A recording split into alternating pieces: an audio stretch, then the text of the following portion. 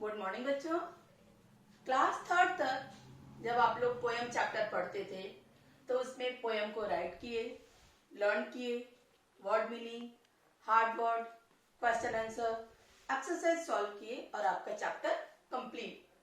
But जब आप class fourth में आए हैं, मीन्स जब आपकी क्लास बढ़ी है, तो थोड़ा सा आपका काम भी बढ़ जाएगा।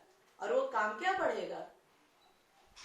आपको पोयम चैप्टर का भावार्थ भी पढ़ना और समझना पड़ेगा। अब आप सोच रहे होंगे अभी भावार्थ क्या होता है? बेटा, भावार्थ वही होता है कि जो हम लोग कविता पढ़ रहे हैं उस कविता को गद्य की तरह लिखते हैं।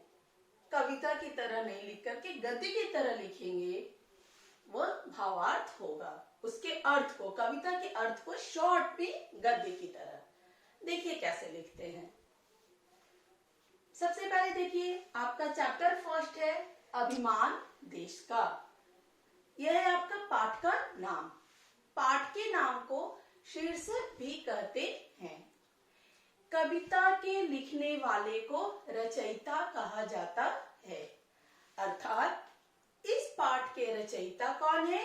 हंस कुमार तिवारी। अर्थात इस पाठ को हंस कुमार तिवारी जी ने लिखा है। अब हम लोग आते हैं भावार्थ पर। हमको है अभिमान देश का, जिसके पांव पखारे सागर, गंगा भरे संवारे गागर, सोए जिस पर स्वर्ग वही तो, शीश मुकुट हिमवान देश का, हमको है अभिमान देश का। कवि हंस कुमार तिवारी जी कह रहे हैं, ए भारतवासियों, हमारा देश इतना संपन्न है, इतना समृद्धशाली है, प्राकृतिक दृष्टि से, शैक्षिक दृष्टि से, भौगोलिक दृष्टि से, कि हमें हमारे देश पर गर्व है। जिसके पांव पखारे सागर, गंगा भरे संवारे गागर, हमारे देश के पैरों को सागर धोता है। अर्थात हमारे देश के दक्षिण में सागर है, नीचे जैसे हमारा पैर नीचे होता है वैसे हमारे देश के नीचे भी सागर है।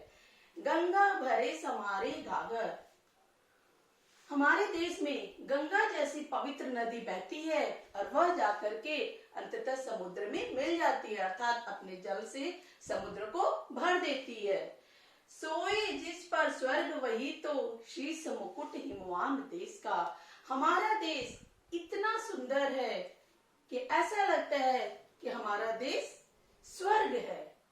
और शीश मुकुट हिमवान देश का, हमारे देश का मुकुट जो मस्तक पे धारण किया जाता है वह बर्फ से ढका हुआ हिमालय पर्वत है।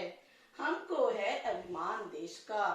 अंत में हंस कुमार तिवारी जी पुनः कह रहे हैं, हमारे देश में विद्यमान प्राकृतिक सौंदर्य के कारण हमें हमारे देश पर गर्व है, हमें हमारे देश पर अभिमान है।